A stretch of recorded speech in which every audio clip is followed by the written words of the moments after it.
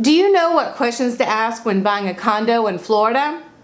Today I'm going to tell you, and I'm going to get started right now.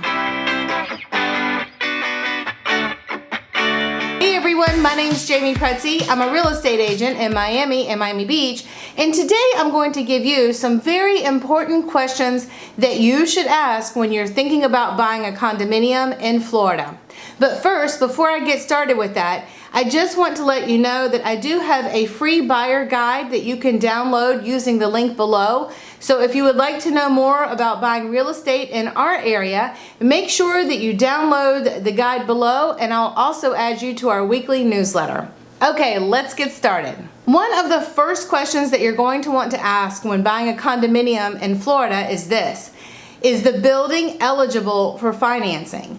Because many buildings here are not eligible for traditional financing. It depends on how you're purchasing the property. Is it a primary residence, a second home, or an investment property? And those types of ownership determine what type of loan you will be getting.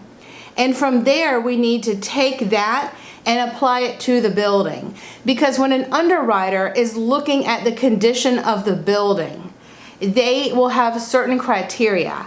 And those criteria are based on the type of loan that you're getting. And the type of loan that you're getting ultimately depends on the type of ownership that you're taking in that property.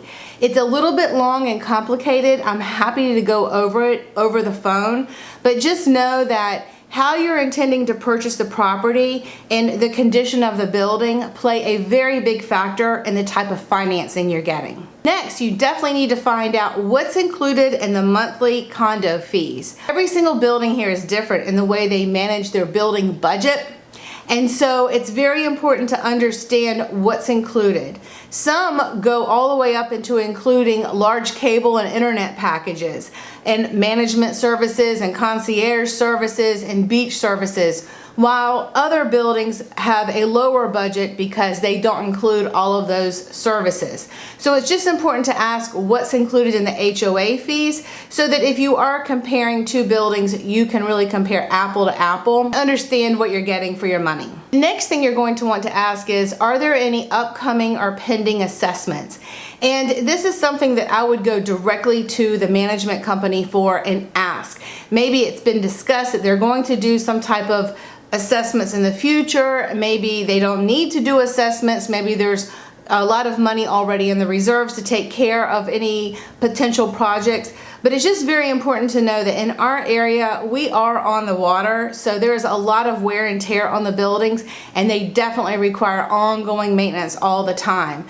So are there any upcoming or pending assessments? And if so, what is included in those assessments? And if they're already passed and you're making an offer on the property, who's paying that off at closing? A lot of times people just assume that a seller will pay off the assessment at closing, and that is not always the case. It's something that's negotiated. And also we need to ask the building, will the building allow the buyer to assume the assessment after closing? Next, you want to find out, what are the rules and regulations of the building? You know, if you want to rent the property, are you allowed to rent it how you intend?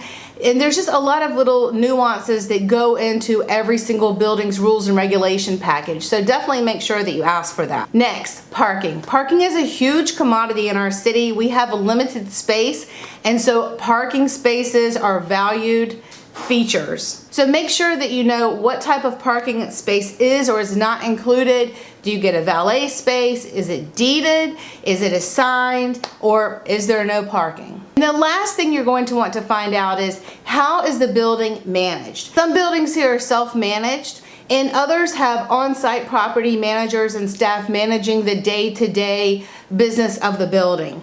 And then some smaller buildings that may not be self-managed, they may have a management company that is local, but they just manage a lot of different buildings and they're not necessarily on-site. So if that's important to you, you definitely want to find out, how is the building managed? There's a lot that goes into purchasing a condominium in our area. I could probably name about 20 other things, but those are the things that just come to the top of my head today that I think are super important for you to know. If you have more questions, let me know. I'm always around to answer anything for you, and you can always reach me at 305-793-8965. Don't forget to download our buyer's guide below, and have a great day.